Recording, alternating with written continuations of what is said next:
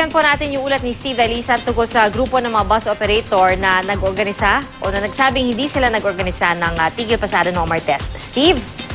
PI, pinakita nga sa atin ng United Cavite Bus Operators Incorporated yung isang kopya ng kontratang sa pilitan umanong pinapipirma sa kanila. Nitong nagdaang linggo lang daw nila natanggap yung kontrata mula sa MMDA at nilalaman daw nito ang kasunduan ng pagpayag nila sa terminal. Kalakip din ng kontrata, PI, yung probisyon na nagsasabi na may pababayaran sa kanilang hindi matukoy na halaga para sa maintenance ng terminal.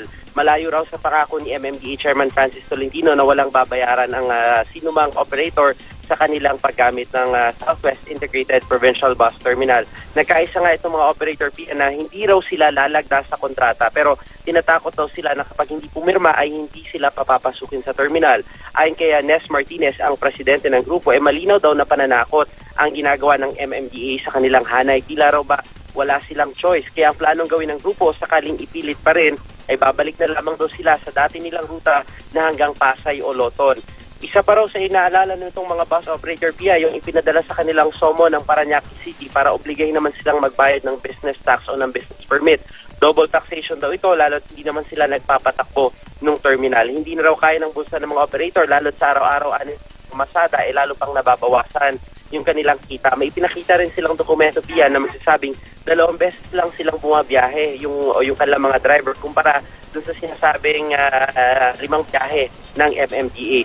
Pinaninindigan din ng mga bus operator, PIA, na ang pagtitigil pasada umano nitong Biyernes na hindi umano sila nagtigil pasada nitong Martes kung saan maraming pasahero yung nahirapang sumakay. Gid nila ang pamahalaan ng bansa di umano ang dapat sisihin dahil sa pagdudulot ng trapiko nung kanilang kapistahan. Panawagan nila, PIA, ibalik sa dating ruta kung hindi raw kayang pangatawanan ng MMDA itong pagpapatakbo sa Southwest Integrated Provincial Bus Terminal.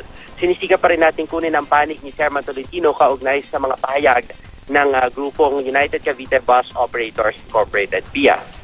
Maraming salamat, Steve Dalisan.